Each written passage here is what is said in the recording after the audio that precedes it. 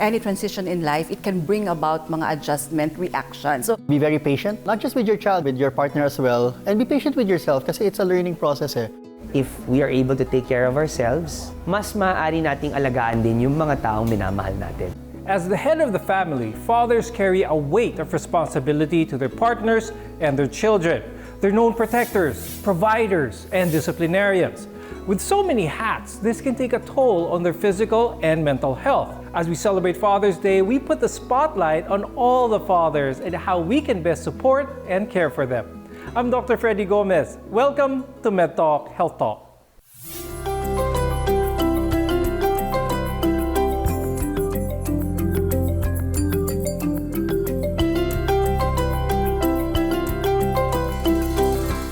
As rewarding as fatherhood is, it comes with its own set of challenges. Now, here to tell us more about this, let's welcome Joey Ong, who's the founder of DadBud PH. Welcome to MedTalk Health Talk, Joey. Now, tell us a little bit about yourself. What do you do, Joey? Well, by profession, I'm an advertising executive. I'm actually a creative. I'm also a chef.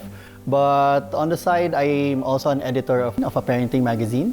And I'm also the founder of DadBud PH. When did you start your family? How many children do you have now? So I have one child. He was born in 2020 during the start of the pandemic. Actually, for me, parenting started when I found out that my wife was pregnant. You know, that day she told me that she was going to have a baby. For me, that was the start that we became parents. Because the journey starts when you suddenly change your life and you become better for that particular moment. Realization sinks in. That, oh my God, I'm going to become a dad. Right. Yeah. What are some of the day-to-day challenges as a father that I'm sure a lot of our viewers, especially the dads, will be able to relate with? Well, aside from the usual stuff, no, like staying up late, managing your toddler. I have a toddler now, so that's a handful. The challenges of society, there are a lot of gender biases that we face every day as a parent. Roles in the house, roles as a parent, who provides. These are general challenges that we dads face every day. Speaking of gender roles, do you feel that there are certain expectations that society puts on to a father? I guess because we belong to a patriarchal society, I think the role of the father is still very strong in the Philippines. It's not bad in the sense na, we do have to provide. But at the same time, there are these changes happening in society wherein we need to adjust. And I think that's really where it's a bit challenging for a lot of other dads. For me in particular, I think because we don't have help, so it's really just trying to manage our child the best way we can. Nang kaming dalawa lang ng wife ko.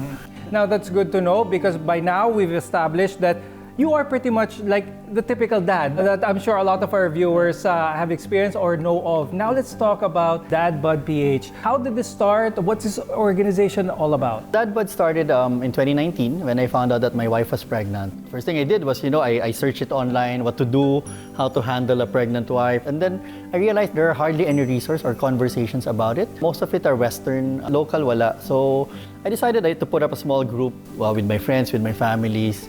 Then 2020 happened, the pandemic. Then I guess most of us dads got stuck at home. Then it grew, It grew from like 700 members to now we're at 55,000. So we really focus on a lot of issues about parenting. I've created a safe space where men and dads can actually share their stories. That I guess what makes it unique, because there's no such area where you can actually share your emotions and your stories and stuff like that. That's very interesting to mention, Joey, because trying to create a community is one thing, but trying to organize it in such a way that people who go there can actually benefit from it. What are the goals of DadBud PH? The primary goal when we started it was really to add resource to mga young new dads, because we really come in blind. We're coming in blind to the life of becoming a parent. But it has become a place where people can actually share their insights on life, on finances, on health. Parang naging na siya talagang resource on being a modern parent. Not just taking care of your kids, but actually becoming better with your relationship with your partner. Becoming a better human being, I think that's the ultimate goal of the community. And I think it shows how popular the idea is that it's okay to not know what to do when you're a first-time father, when you're a first-time dad, like what you said, and it shows with the amount of members in your organization. You think that's acceptable, especially in the Filipino society, because there's a lot of expectations expectations. Dapat kung tatay ka na, alam mo na kung saan ka pupunta, alam mo na kung saan yung direksyon ng pamilya mo.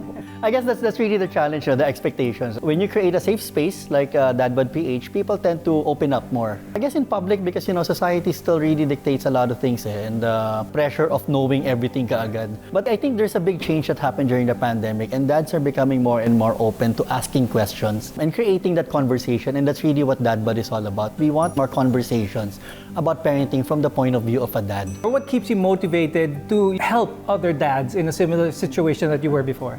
When you become an admin of a community, you're exposed to all the issues. I read it firsthand. I read it every day, all the problems, all the challenges of the dads. And seeing that really motivates me to actually make the community even better. Because I know that a lot of dads really need a lot of help. So I guess the ultimate goal is really to create better role models for our society, for our children. And that being said, how do you think have you changed? What do you know now that you didn't know before? Life is so unpredictable, especially with what happened during the pandemic. That's why we really need to make the most of it. I really encourage the dads in my community to spend as much time with your children, to be better husbands and be better partners. So there are a lot of these things that you realize na parenting is not just about taking care of your child, but it's also taking care of the people around you. That's very good words. Before I let you go, do you have any tips, advice for those want-to-be dads, those new dads, and those dads who have been established already? I guess the most universal thing that we talk about in my community is really, be very patient. Not just with your child, no, with your partner as well. And be patient with yourself kasi it's a learning process. I'm just a new dad, no? I've only been a dad for 3 years. There are dads who have been dads for a very long time, and there's wisdom in that. And don't be afraid to ask questions because men will understand when you don't know what to do. Thank you so much, Joey Ong, for joining us here and making that effort, to create a community for other dads out there and helping new fathers for that matter. And we'll be answering more questions about fatherhood when Med Talk Health Talk returns.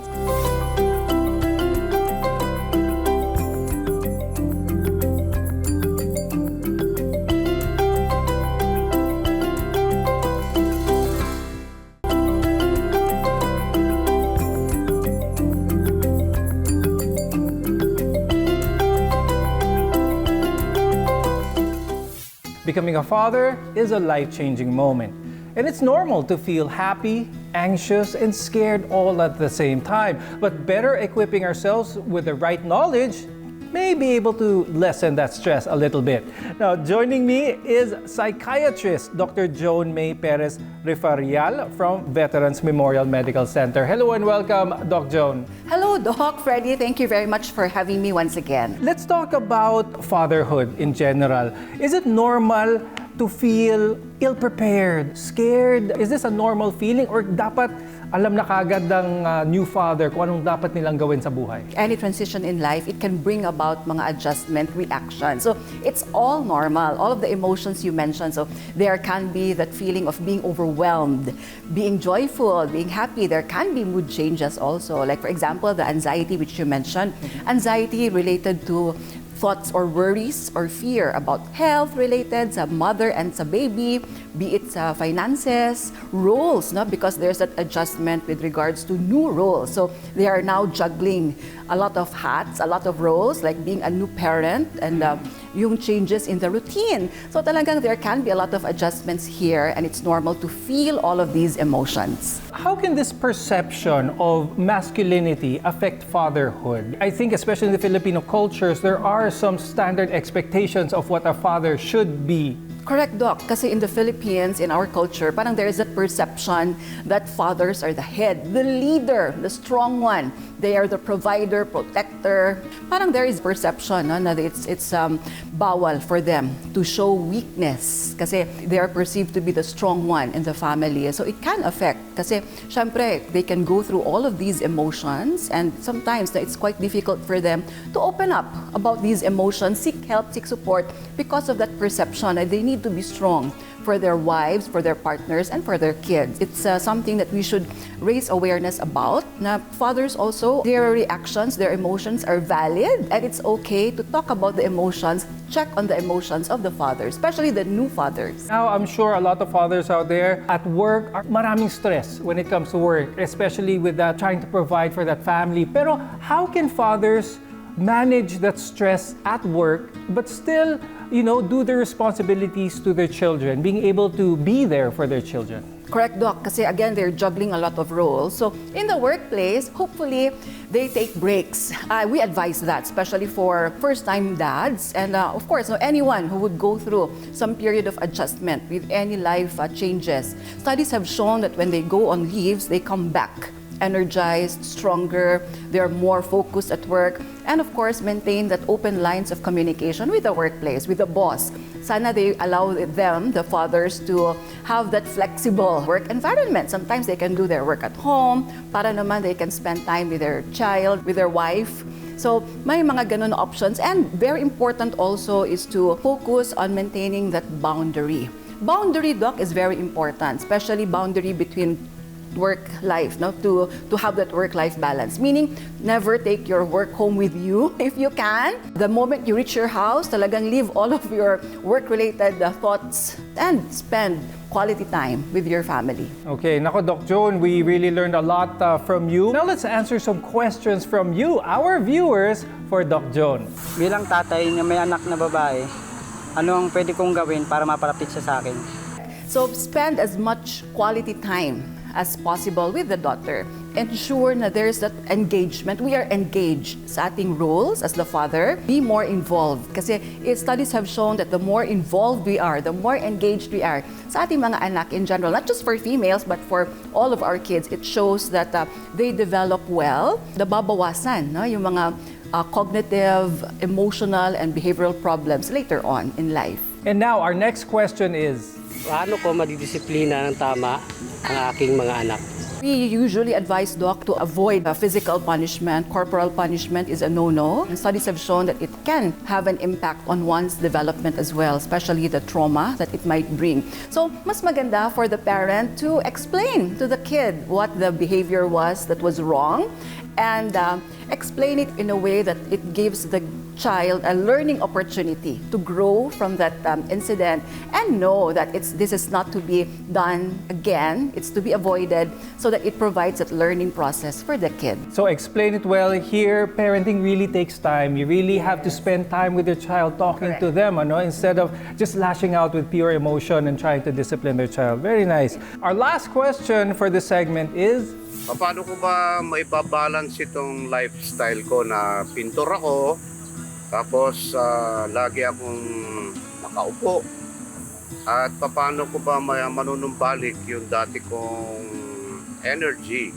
For this question, it's very important to have that self-love. Self-care is very important. There is a saying that as a parent, as a father, we cannot give what we do not have. So it's really important for the fathers to take good care of themselves first, so that they can also share that love, that unconditional love, support, guidance, protection, provision to their kids as well. And it's also important to remember that get as much support as you can. So maintain the social support system or network that they've had even before the baby came in. Having that social support also gives us that feeling that we are never alone through this journey of fatherhood. now, how can a father's mental health impact the family? This is a very important question because studies have shown that the father's mental health can also have an impact on how he treats, how he deals, how he handles family issues, concerns, and stress. So it's really important for fathers to take good care of their emotional, mental, and psychological health and well-being. We have this saying that a good father equals a good mother, equals a good child, equals a good family. And thus, it really is important to give that 100% emphasis and awareness on keeping one's overall health and well-being at its peak. And kung stressed ang isang tatay, even a person in the family, it will radiate towards the others, the negativity that they might feel. So they should be able to handle it first. What support do we need to give fathers to help them protect their mental health? Self-awareness is very important. They become aware of the sources of stress, know that this adjustment period is usually about 3 to 6 months, Doc. So during that time, it's okay not to feel okay. Feel all of the emotions, acknowledge the emotions, never be afraid to seek help and ask for help from your family, from your extended family, from your friends, from the office. Know that this is temporary, and eventually, just enjoy it. Everything will be better after the first 6 months of being a new father. father. Do you have any final words, especially sharing how the emotional well-being of fathers is really important in this day and age? Remember that our emotional and mental well-being is really very important, not just for us, but also it affects our family, our spouses, our partners, and our kids. Make sure that we do not feel that we need to be perfect as fathers. There is a concept, Doc, by Donald Winnicott, that a good enough father is good already. Do your best. Continue to do your best. Give it your all as a father, but at the same time, acknowledge your emotions. If you feel that you need help, reach out, ask for help, because help is always available. And this is temporary. Enjoy the moment. Great words. Thank you so much, Doc Joan, for joining us in this episode. I'm sure a lot of fathers learned a lot from that. And we'll learn more tips on how to care for our fathers when Med Talk Health Talk returns.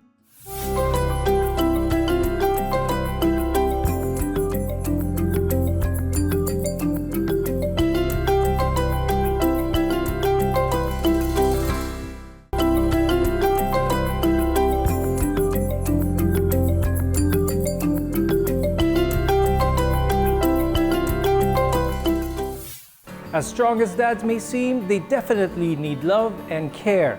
And a way to practice self-care is through proper grooming. We believe kasi that as men, we have to hold ourselves to a certain standard. There is something very special about the feeling you get after grooming yourself nicely. I think it's very important to remember that feeling because this feeling can be very empowering. And a lot of men tend to forget about this within the modern casual world. But really, the reality is that proper grooming, wearing the right clothes, taking care of yourself is really a way not just to take care of yourself, but also to elevate yourself. And I think it's very important for men to understand that. In terms of yung physical well-being natin, looking good and grooming yourself is not just a vanity for men. Properly groomed or trimmed hair can be a big benefit in a very tropical environment like ours. Minsan yung pag masyadong mahaba yung buhok mo, lalo na pag sa mga people that have to be outdoors and tend to commute, yung mga oils get trapped in the hair. When these oils get trapped in the hair, they can lead to foul-smelling hair. They can cause dandruff. Pag hindi rin siya nag-groom and naayos na maayos, it can lead to brittle and falling hair. We know that unhealthy scalps and unhealthy hair also leads to what men fear the most, which is hair loss. Hindi naman natin sinasabi na ang certain hairstyle bagay sa certain face. So may kanya-kanya ring mga preferences yan. But one thing that I will always suggest is always try to look for a hairstyle of someone of the same ethnicity as you. And your barber can help you with that. Kasi sila, they really see people's hairs on a daily basis. So they know what tends to work for a certain kind of person's hair. Ma-advise nila kayo what is the right kind of product for your hair. Gagawin po natin mid-fade, yung gupit natin. Then transition, yung curve. Then zero, yung fade natin. Tapos konting trim sa taas. So tatanggalin ko lang muna yung pomade ni Sir para mas madali siyang magupitan. So una natin gagawin po is yung number 2 na guide. Next po natin is draw na pattern. Tapos i-blend po natin siya. Kay Sir Joey, pwede sa kanya yung mid fade, low fade, then pwede rin sa high fade. Pero alalay lang po yung pagka-fade niya kasi medyo hindi gaanong bilog yung shape ng ulo ni Sir Joey. After natin gugupitan si Sir Joey, ay susunod naman po natin yung treatment sa kanya dahil nakitaan ko siya ng mga parang dry sa scalp. So, i-anti-dandruff po natin siya after ng gupit. So grooming is very important even for us dads. Minsan nakakalimutan natin yun para we're so busy trying to make a living. We should maintain a clean body. Especially, we have our wives, we have our children, and proper hygiene is something very important for us dads. So don't take proper grooming for granted. Not only is it healthy in terms of physical aspect, but the mental aspect also. Looking good has a massive effect on the way we conduct ourselves, the way we view ourselves, and commensurately, the way we conduct ourselves to the people around us. So my advice to fathers, don't be afraid to take care of yourself. Alam ko, a lot of times, syempre bilang father, nagiging responsibility natin na alagaan yung mga pamilya natin. And sometimes we really take a lot on our shoulders. Importante din na alagaan din muna natin yung sarili natin, because if we are able to take care of ourselves and we are in good shape physically and mentally, mas maaari nating alagaan din yung mga taong minamahal natin. Skin is still skin naman, whether men or women, and also men would also have skin problems.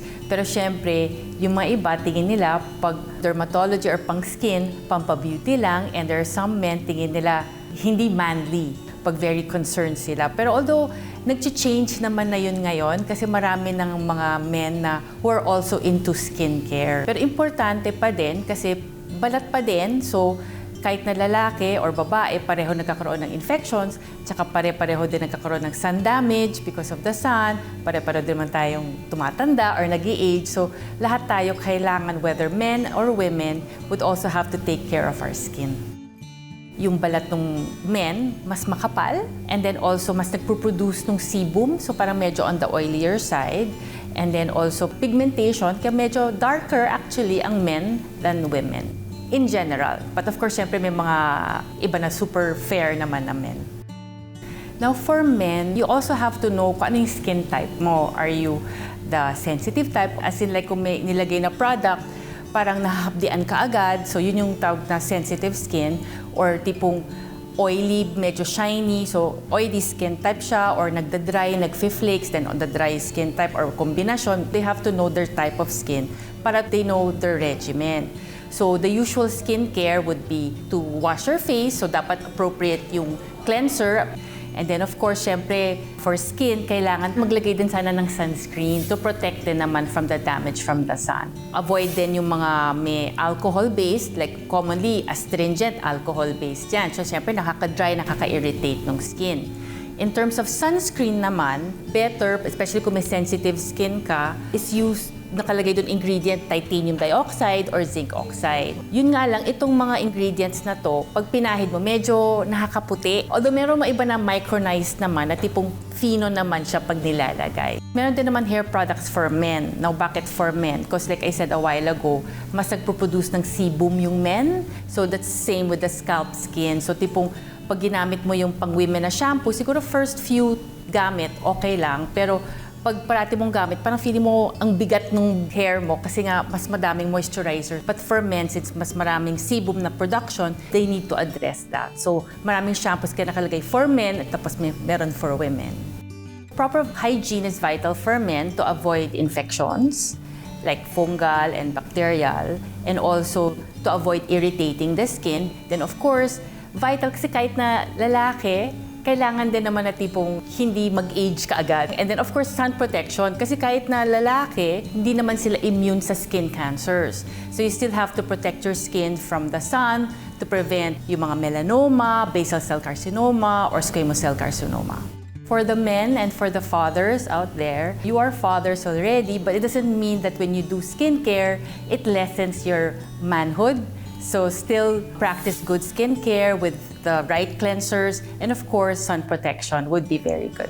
For all the fathers out there, always remember that taking the time to care for yourself can help you better care for your family. I'm Dr. Freddy Gomez. Thank you for joining us here on MedTalk Health Talk.